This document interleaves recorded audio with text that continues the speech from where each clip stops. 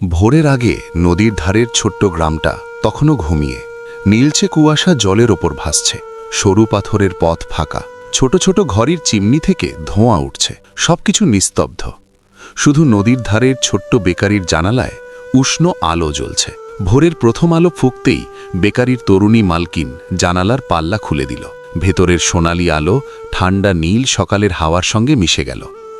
জানালার পাশে ফুলের তব দুলছে, ভেতর থেকে গরম ভাপ বেরোচ্ছে। এদিকে ছোট্ট কাঠের সেতু পেরিয়ে এক হাসি খুশি ছেলে এগিয়ে আসছে, হাতে তার পুরনো একটা নোটবুক। নদীর জলে ভোরের রং লেগেছে।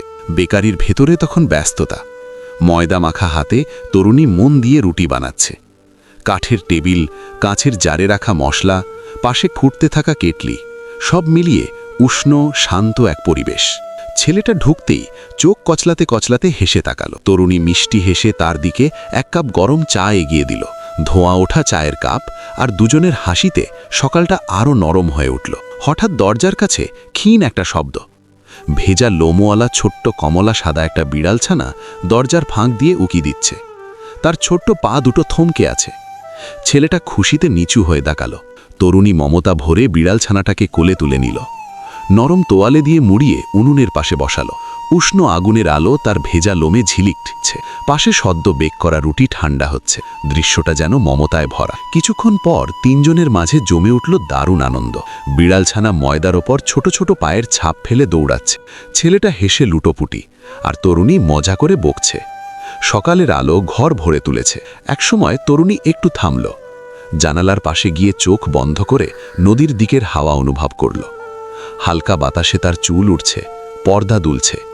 বাইরে নদী ঝিলমিল করছে। মনে হলো সে এই শান্তিটুকু বুক ভরে নিচ্ছে। ওদিকে ছেলেটা টেবিলে বসে নোটবুকে মন দিয়ে রুটির ছবি আঁকছে। চারপাশে রুটির টুকরো ছড়িয়ে আছে।